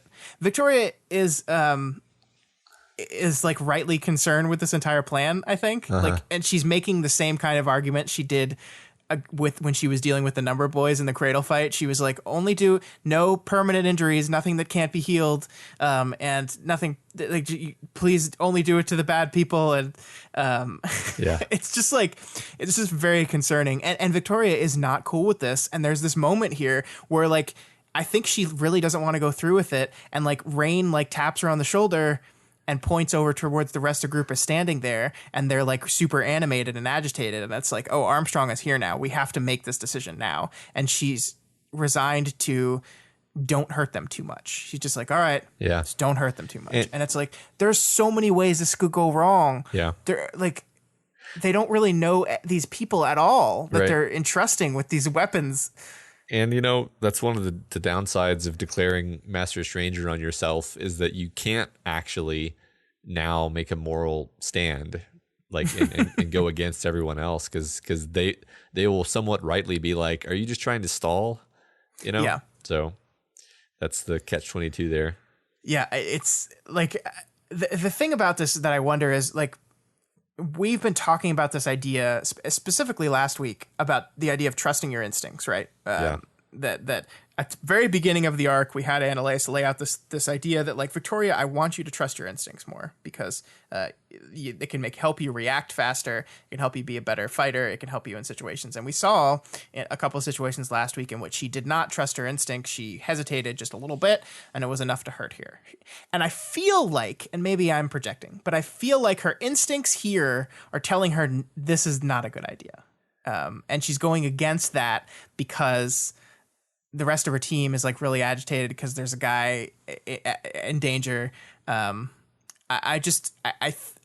feel like we're supposed to be concerned about this whole thing. Yeah, it seems like the kind of situation where she's going to have regrets about it in retrospect, you know? Yeah. So, which, I mean, it could go horribly. It could go literally exactly as planned with only bad people being stabbed in the butt. And she'd still feel bad about it because she'd be Sure. like, that was just too much. That was not a very heroic way to execute that. So as the chapter wraps up, Victoria sticks one of Kinsey's eye needles into her eyeball. She gets a cool heads-up display. This is fun. It's going to be a fun story thing. Mm-hmm. Then she immediately recognizes the map-hacked silhouette of Natalie, Armstrong, Cryptid, Crockashit, and Colbelcher. Yeah, and the chapter wraps up with the riot starting and them doing this cool thing where they get out of the prison. Did you like that moment where like Rain is such a badass now? Yeah. Rain just like casually like uses his power on a slit in the wall, and then Vista's just like, make it big enough for everyone to fit through, and they just hop out so casually. Yeah. I also love the like Cryptid broke into a run as just a very kind of, because clearly she's only seeing his silhouette, but it's a very like ominous and it's like, now we're getting into the shit, you know? It's right. For the first time in many, many weeks, it seems like we're going to have a cape battle. Yeah. And it's going to be a cape battle fraught with emotions because it's Chris. Yeah. Yeah. Awesome. Well, that was our 2 chapters. Mm-hmm. Let's move on into some community spotlight. So the previous discussion question was, discuss an interesting example of playing with format or playing with the conventions of medium, and then discuss how it was executed and what the effect was from any piece of media. That was our mistake, Scott. That was. Our mistake was soliciting examples from any piece of media because you people out there, you all had something. Apparently, there are a lot of examples in which a story plays with the format or conventions of the medium, because we got a billion answers. A billion. And in an inexplicable move, Matt decided that we're going to do all of your answers, every single one of them. Every single. I didn't even count them this week. It looks like there's about 30, just scanning them with my eyes. So we're going to be going over them very quickly without really discussing them, I'm sorry to say. Yes, but let's get into it. Roundest Frog mentions 2 instances from the webcomic Homestuck. One occurs when a character acquires the ability to change canon, which takes the form of actually turning the pages of the comic back and making new pages starting from there. Another instance occurs in the epilogue where 2 entities struggle for control of the narrative through text. And then SNES follows up Roundest Frog's comment with another Homestuck example where the style of the hyperlinks to the next episode changes dramatically for plot reasons. I think out of anything we've been requested or asked to do something on in the future, Homestuck is the one we get the most. Yeah. Except it's this massive, huge multimedia thing that I don't know if we're ever going to be actually able to do something on ever. Yeah. Yeah. I might dip my toe into it and see if it's something that's going to grab me, but I just, it seems like an incredibly huge time investment. It certainly does have its fans, and I think these are two very intriguing answers. Yeah, well, I like them a lot. Well, Stelhex also mentioned some stuff from Homestuck, where one of the characters interacts with and threatens the narrator by whacking the frame with a crowbar and causing the hyperlinks and the formatting on the page to like jolt out of kilter. I actually loaded that page. It's pretty cool how it looks. That's cool. Oh god, I'm gonna butcher this name. I apologize to Alexinikovsky. Alexinin? Alexinikovsky? Yeah, Alexinini. Yeah, Alexinini. Oh god, why do I keep repeating it? It's okay. Anyway, this commenter describes how House of Leaves is a perfect example of playing with the format of a medium. It tells 3 simultaneous stories at different levels of nested storytelling that each describe an individual who is losing their mind in some way. There are weird formatting choices meant to draw the reader into a paranoid frame of mind of the characters, and there's a whole storyline told in the footnotes, as well as whole pages missing and positioning the text strangely on the page. Yes, when Matt asked this question, House of Leaves was the first example that jumped into my head. It is an amazing book. I love it so much. I love what it does. I love the stories within the stories and everything it does with that. So great answer. House of Leaves. You guys should read it. Yeah, I'd love to read that, except it probably doesn't work the same way via audiobook. There's no way there can be an audiobook. Like, I can't understand how that would. Now I'm curious to see if I'm there is. really curious to see if there's an audiobook. Finn Rauer mentions that there's probably another 4th layer to House of Leaves that can be uncovered by scrutinizing the appendices. Yeah, and I agree with that, Finn Rauer. Yeah, it's very interesting. Calinero brings up Buffy. Hey. Specifically the episode Superstar, where the intro credit sequence is completely different and fixates on a background character instead of the main cast, and the show's name is replaced with the character's name. Calinero gives another example in the end of season 4 of West Wing, where the screen fades to white instead of black. Yeah, the Superstar example, that's one of my favorite episodes of Buffy. It's so funny. It has the character Jonathan, who's just been a very bit role character, and he casts a spell to become a superstar, which in the language of the show means it is his show now, and it's wonderful. So is it Jonathan the Vampire Slayer?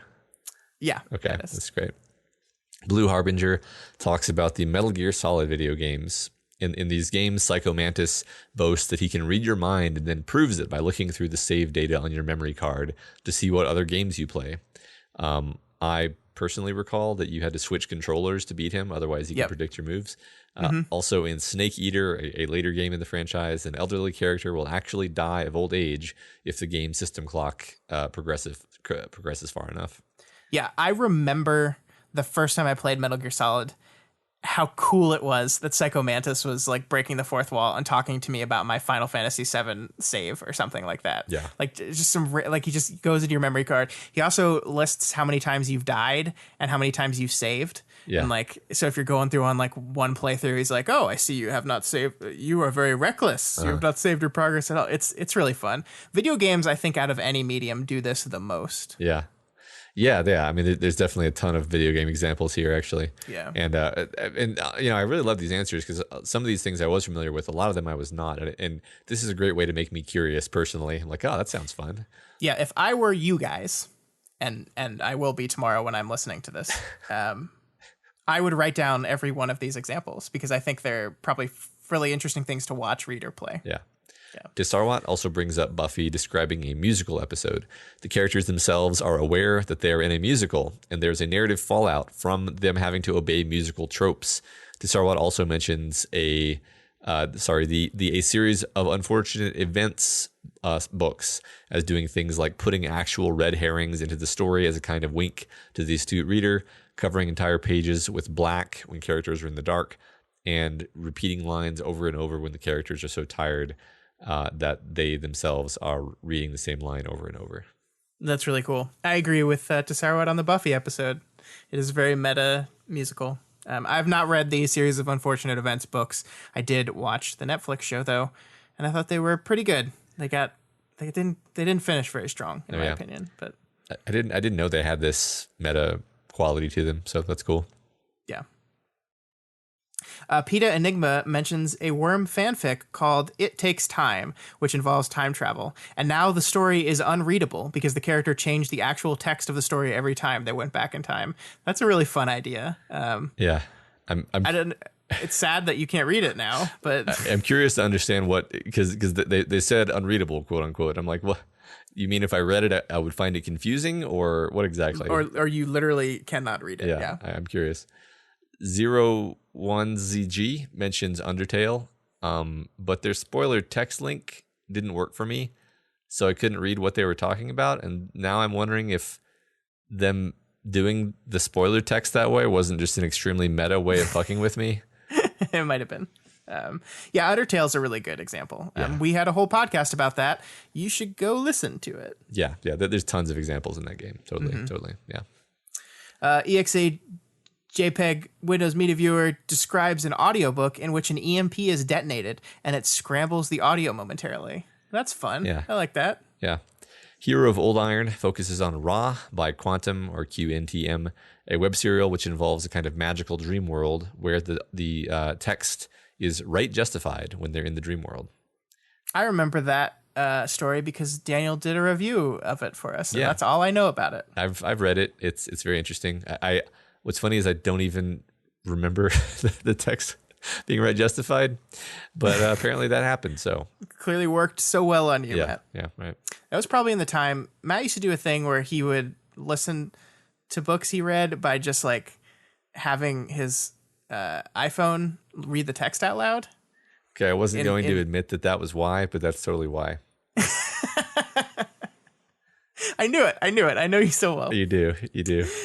Bisexual Punch Party mentions Terry Pratchett's Reaper Man, wherein Death sharpens his scythe to the point that it begins slicing through chapters of the book. Cool.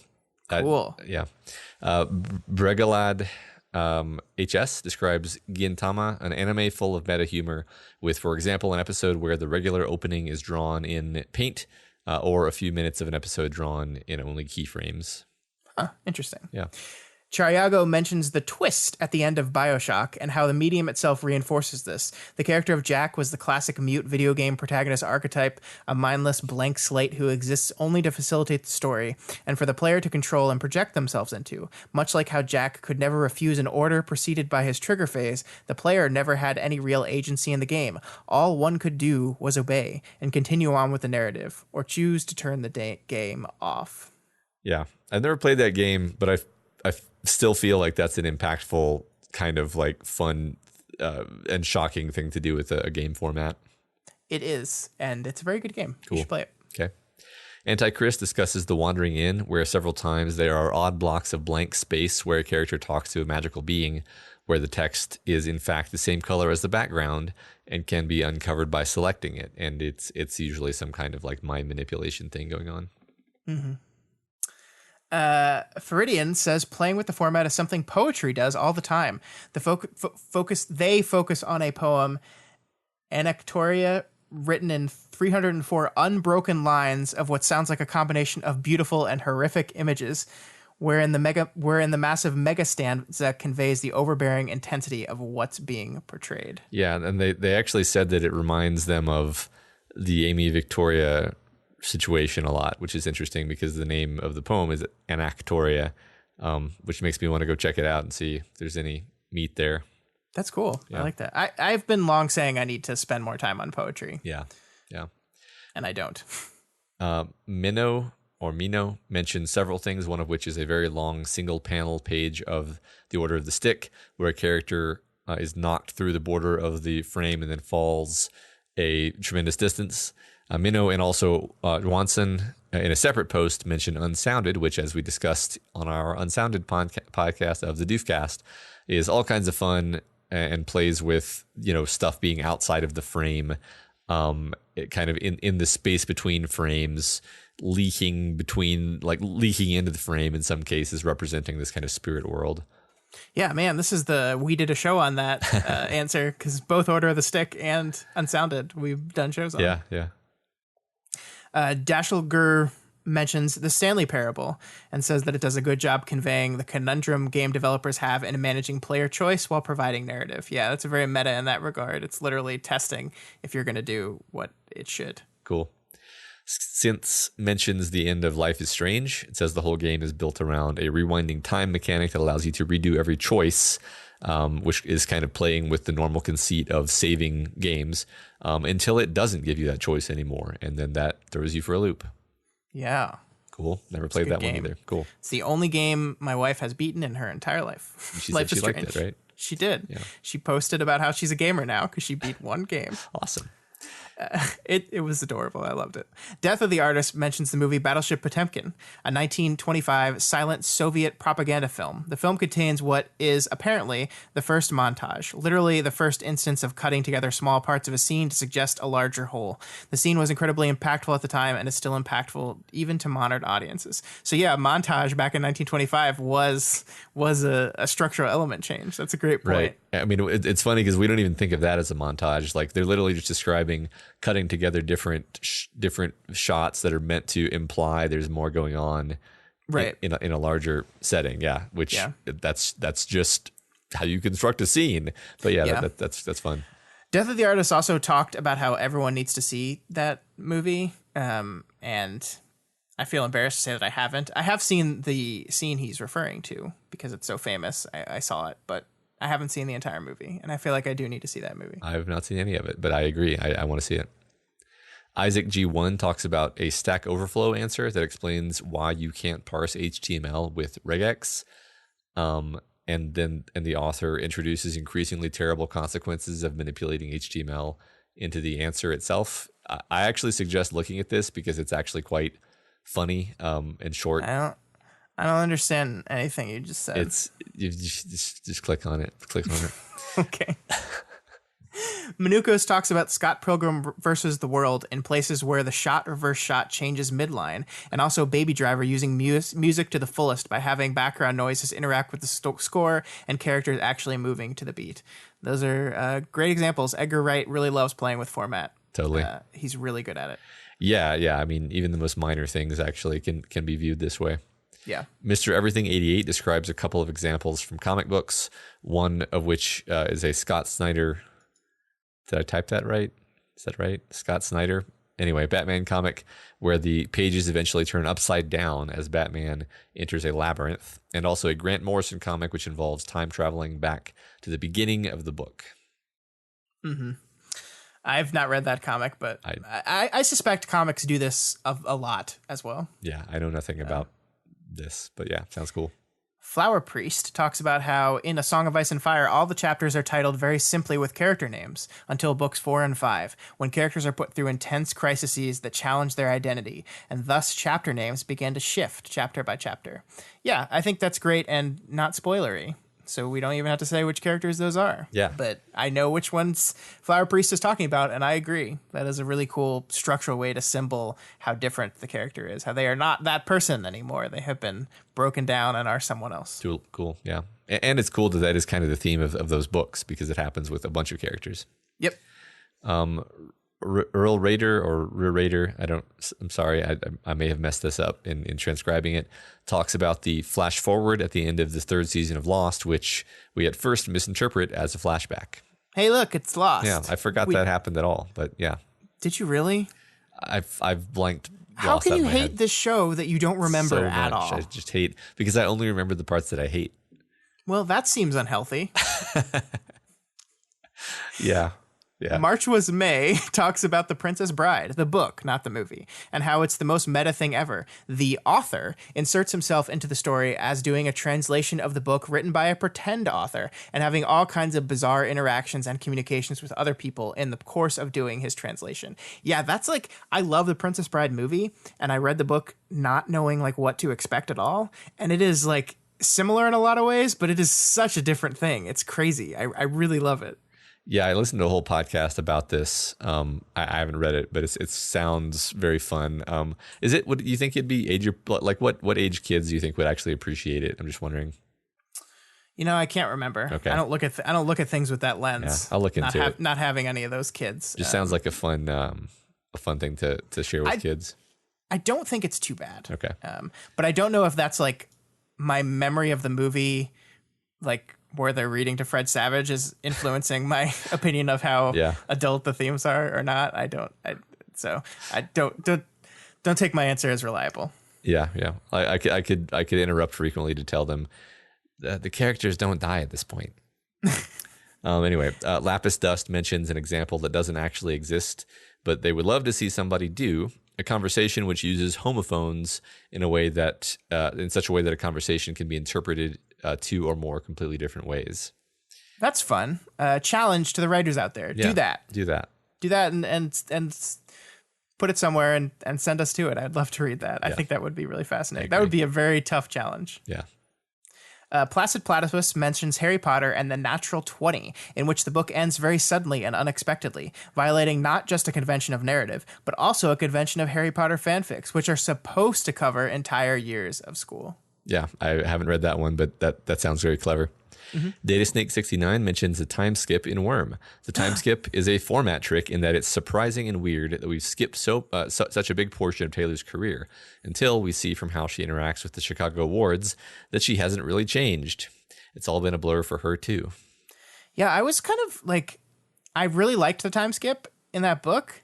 And I was very surprised to learn after I said that that's an unpopular opinion. I had no idea. And I still like it. And I like it for the exact reason that Datasnake does here, that it's a device that represents something about our character. And maybe like the details of how it happened could be tightened, maybe. I don't know. But I liked it. I think most people just it violates their expectations, and people tend to react negatively to that in general. So that's true. Tiny Alchemist says, New Moon from Twilight. There are several pages with nothing but the names of the passing months on each page, conveying a long bout of depression. You can feel the expanse of wasted time fleeting by. Interesting. My wife made me watch that movie, and I did not like it. I also listened to a Lindsay Ellis video apologizing to how mean she was to Stephanie Meyer. So people really like this book. Strong feelings on both sides. Exactly. Beard of Valor says Avenue Q subverts expectations by using puppets to talk about serious topics. They also mention an episode of Dexter involving a murder breakfast shot-for-shot remake. You seem confused. I didn't know what to make of... So I was basically summarizing people's posts here, and that sentence was my attempt to summarize something which I did not actually understand. So, sorry, everyone. If I remember the comment correctly, you know how Dexter... have you seen Dexter? I've seen like 4 episodes of Dexter or something. Okay, well, Dexter opens with... the main character preparing the opening credits of Dexter are the main character preparing a meal, and the meal is the preparing and the eating of the meal is meant to resemble violently murdering and killing people. Okay. And I think there is an episode later in the series where our main character is like not doing well, and the opening shifts to where the food is kind of not as good looking. It's not as juicy. It's kind of rotten and terrible looking. And it's, I believe that's what it is. Okay. That makes sense. That makes a lot of sense. Okay, cool. And Avenue Q is a very funny musical that I saw off Broadway, and it was very good. Oh, awesome. Cool. Kausubalu talks about Gakao Garashi. Sure. How'd I do on that? Fine, whatever. An anime that makes short but blatant changes to its opening sequence to emphasize what has happened in past episodes and prime you on what to expect in the current one. Does it spoil the current one? Because Matt and I have had conversations about how spoilery anime introductions are. I don't know. They made it sound like it was pretty clever, actually. In fact, this is kind of a truncated version of their answer, because they laid out like multiple different clever things that the intro sequence does, and I was like, I don't think I understand this well enough to summarize it, so I'm just gonna say something about it. So sorry guys, that was the best I could do summarizing your 734 different answers. I'm actually really tickled that we got so many answers. But is that why you decided to do them all? Because normally I'm like, I cut it off. I'm like, these are the top voted ones. We'll get you everyone else next week. And Matt's like, no, I'm going to do them all. I guess there's not normally this many answers. So I guess we each have a different line that we cut off on the too many answers. Okay, but to be honest, one aspect was that I knew that we were just going to go through these pretty quickly, because when they're all parahumans related, I feel like we go back and forth and have a little discussion after each answer. Whereas with these, it was kind of just pretty quick for each one. So yeah, especially the stuff we haven't seen. Right.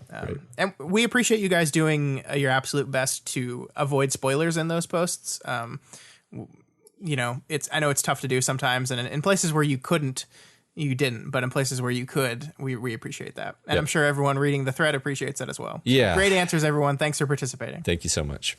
So the question for this week, as discussed in this episode, Wildbow uses Dot as a perfect third party to convey some information about both Amy and Victoria's perspective alone could not convey. Sorry, about both. That shouldn't be there. Okay. Convey some information about Amy that Victoria's perspective alone could not convey. Select your favorite instance in Parahumans in which differing perspectives have revealed important character information. Discuss the ways in which Wildbow achieved his goal with these characters. With those third characters. With the new perspective on the dynamic character. Yeah. I can already think of some examples off the top of my head, so I look forward to the answers to this one. This looks fun. Yeah, me too. And everyone, please read the discussion question as written before you attempt to answer it, because obviously I butchered that in my writing. That was it's fine. We'll do it live. All right. Well, that's all we got for you this week on We've Got Ward. You guys are all part of this show, so feel free to provide us with advice, questions, or thoughts on this week's reading. You can always reach us via email at gotwormpod@gmail.com or over on our Twitter account at gotwormpod. My personal Twitter is at scottdaily85 and Matt's is at murderbreakfast. If you're not already subscribed to We've Got Ward, we recommend you do so and never miss an episode. You can find us on iTunes, Stitcher, YouTube, Google Play, and pretty much anywhere else podcasts can be found. And of course, you can find all our shows on the Doof Media podcasting network at our website, doofmedia.com. That's where you will find the Doofcast, which has about 12 episodes that were answered in the discussion question this week. It's also where you'll find Deep and Pact, the show going over Pact chapter by chapter, and Vow to View, the show where I try to make my wife watch movies, and she interrupts me a lot. Yeah, and if you haven't started Pact yet, or you're not listening to Deep and Pact, you're missing out. Don't know what else to say. Yeah, I feel attacked because I'm so far behind. Well, you'll catch up. And if you like these shows and you want to support them, consider donating to our Patreon account, patreon.com/doofmedia. You can donate $1 a month or whatever else you can afford. Supporting us on Patreon gives you tons of great bonuses like voting in our quarterly fan art and costume contests, Q&A sessions, access to live streams of our recording sessions, and our excellent and lively Discord chat.